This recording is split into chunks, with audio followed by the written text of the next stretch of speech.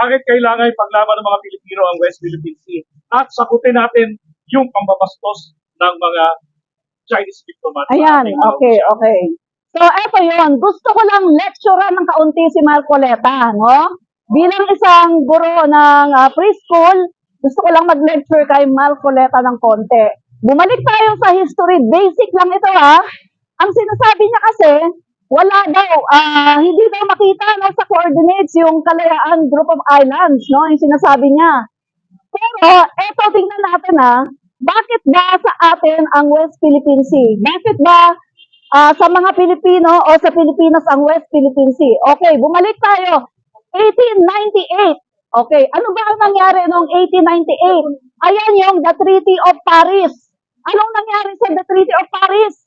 Ayan yung ibinigay o ipinagkaloob, ibinalik ng Spanish o ng Espanya ang Pilipinas, ang Las Islas Pilipinas sa Amerika. At nagbayad, no, ang Amerika ng $20 million. Alam ba ni Marcoleta yon?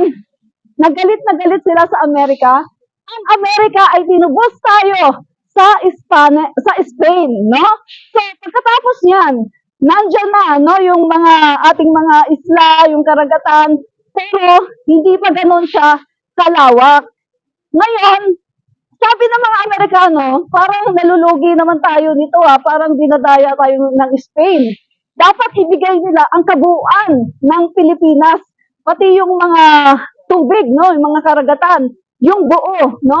So, ang nangyari po, inamyandahan ngayon ang Treaty of Paris sa 1930 o 1935 na tinatawag na Treaty of Washington. Eto ngayon, dinefine ngayon kung ano ba yung karagatan, ano ba yung soberenya ng Pilipinas, at pati yung mga isla, pati yung mga karagatan na sakop pa no, ng Pilipinas na hindi pa binibitawan ng Spain ay itinurn over na rin sa Amerika. Pero, bago nangyari yan, ayaw kasi pumayag ng Spain na basta lang i-turn over. Kailangan may ganon, pera. So, nagdagdag ang Amerika ng $100,000 para i-turn over lahat yan. Kasama na dyan yung KIG na tinatawag. Yun ang history. Kaya ito yung ating legal basis. Kaya kung sinasabi ng Marcoleta na hindi atin yan, balikan niya ang history at makikita niya na atin talaga ang West Philippine Sea. Yun. Treaty of Paris, 1898, inamyendahan ng Treaty of Washington, 1930-1935. Yun ang ating legal basis. Pangalawa, basis, no? Sorry, Bisaya kasi ako eh. Pangalawa, yung KIJ na yan, yung Kalayaan Group of Islands na yan, nagkaroon ng Presidential Decree, 1978. Ang ating President, Marcos Sr., kung saan kiniklaim natin yung KIJ na yan, KIG, Kalayaan Group of Islands na yan ay sa atin. Kaya Marcoleta, bumalik ka muna sa university, mag-aral ka muna ng basic patungkol sa history ng Pilipinas para naman malaman mo na ang West Philippine Sea ay atin, yan ay para sa mga Pilipino at hindi para sa mga Inche. No? Yun po. Very clear. May sagot. Si Cayetano. Okay, si Cayetano. Sabi niya, hubarin ang uniform. Eh, mabuti nga si Commodore J. Tariela, pinaglalaban ng West Philippine Sea. Eh siya, senador siya ng Pilipinas pagkatapos nandito pa siya sa China, nakakampi. So, anong tawag sa kanya? Senador. Baka naman may ganun, no? Baka naman may ganun.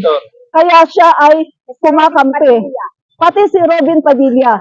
Ang masasabi ko lang uwi na kayo sa China, hindi kayo kailangan dito. Kung pinagtatanggol ninyo, ang China ay umuwi na kayo doon. Galit na galit kayo sa caricature ni Commodore J. Tariela. Pero nakita nyo ba yung mainstream media ng China na kung saan binababoy ang ating Pangulo, gumagawa din sila ng caricature, o hindi yata alam yan ni Cayetano at saka ni Marcoleta. So mag-aral muna kayo, mag-research muna kayo, senador kayo ng Pilipinas, pinapasweldo kayo gamit ang pera ng taong bayan. Nakakahiya kayo, yun lang. At nakakadismaya, yun lang. Sabi ni Ruben Padilla, kapag siya ang nanalo, so bilang isang senador, pupuntahan niya, maganda na sana ng matawag sa West Philippine Sea. Kung mo sabi niyo, kung ngayon hindi niya panunod. Budol. Budol lang. Parang yung idolo niya, budol. No? Para lang makakuha ng boto. No? So, nambubudol lang yun. Huwag tayong maniniwala dyan. Yan. Okay. Okay. Tama lang yan.